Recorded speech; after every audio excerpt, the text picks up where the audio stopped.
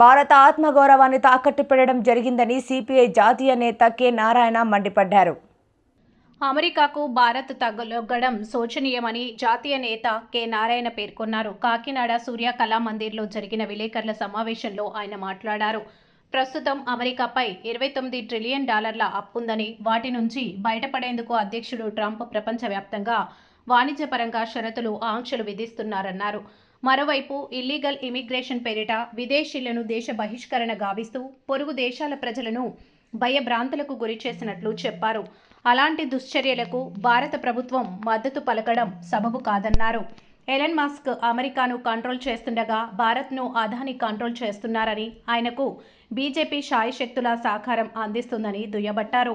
కూటమి ప్రభుత్వం ప్రధాని మోడీకి అనుగుణంగా పనిచేయడం జరుగుతుందన్నారు.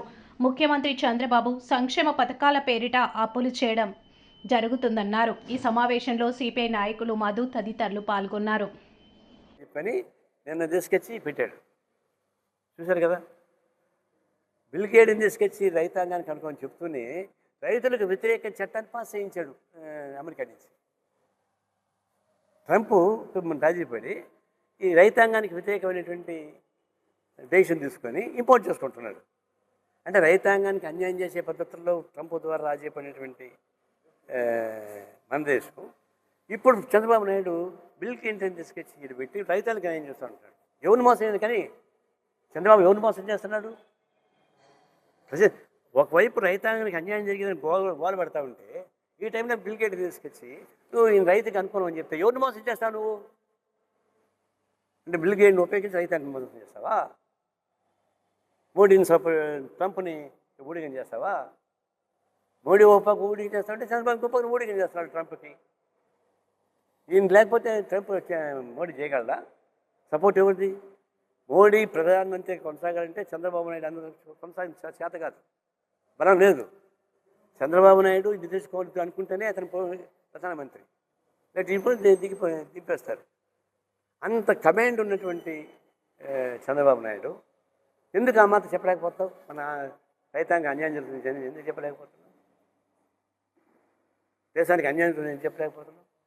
అంటే ఈయన కూడా మోడీ ఎంత ద్రోహం, ఈయన కూడా అంతే ద్రోహి కానీ లేక పేరుకేమో అంత ఎత్తే అమెరికా అమెరికా అమెరికా అని చెప్తున్నాడు. కానీ అమెరికా వాళ్ళు మనకు ఎవరంటే తమలపాకుతో నేనేంటంటే తలుపు చెక్కుతాడు వీటంటే సరసం, వాడేమో తలుపు చెక్కతో కొడుతున్నాడు మనల్ని, మనం తమలపాకుతో మంత్రిస్తాము. ఇది చాలా ప్రమాదమైన పద్ధతి. అందులో ముఖ్యంగా ఈ రాష్ట్రంలో కూర్చోండి. ఇక్కడ కూడా ఏం చేస్తారు? దాడి పెద్దాడులు జరుగుతున్నాయి.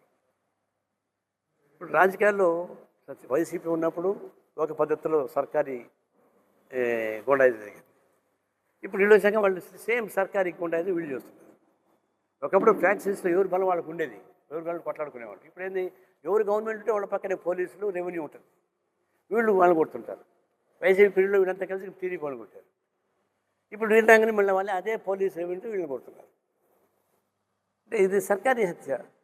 ఐఏఎస్ ఐపీఎస్ ఆఫీసర్లు ఎందుకు అంత బానిసగా ఉండాలి? మీరు ఏమైనా గవర్నమెంట్ ఉండండి, మీ పాలసీ బాగా మీరు పోవాలి కదా.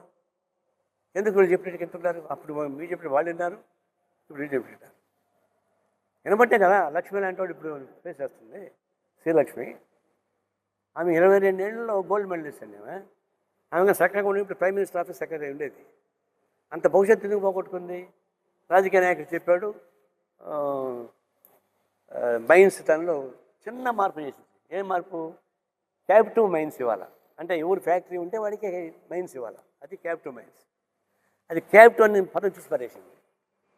అది గాలి జనంతటికి వరం అయిపోయింది. అప్పుడు రాజశేఖర రెడ్డి ముఖ్యమంత్రి, గాలి జనంతటి బిల్టింగ్ మనీ ఏదైతే ఒక లారీ మైన్స్ పోతే ఒక లారీ డబ్బులు వచ్చాయి. ఇప్పుడు ఆమె ఎదుర్కొంది కేసులో. నేను అప్పుడు ఫస్ట్ టైం చెప్పిన, అయ్యా ఏమో చూడడానికి కొంచెం అందంగా ఉంటుంది, ఎందుకు ఇంత కరప్షన్ కాదా అని చెప్పేసి. ఓ ఐఏఎస్ ఆఫీసర్ నా మీద ఇంత అంటావా నువ్వు అని చెప్పేసి నా మీద మీటింగ్ చేసి నన్ను సెన్సూర్ చేయని ట్రై చేశారు. అప్పుడు నేను తప్పైపోయిన క్షమాపణ చెప్పి బయటపడ్డా. ఎందుకంటే ఆడవాళ్ళు తిరిగి తగ్గులేదు పోతాను లేదు. ఇప్పుడు ఏమైంది, సుప్రీంకోర్టు కూడా ఏం తప్పు చేసింది, ఆమె మీద యాక్షన్ తీసుకోవాల్సి సుప్రీంకోర్టు చెప్పేసింది. సో ఆమెను ప్రాసిక్యూట్ చేస్తారు. ఆమె లక్ష్మణ్ రేఖను దాటింది కాబట్టి ప్రాసిక్యూట్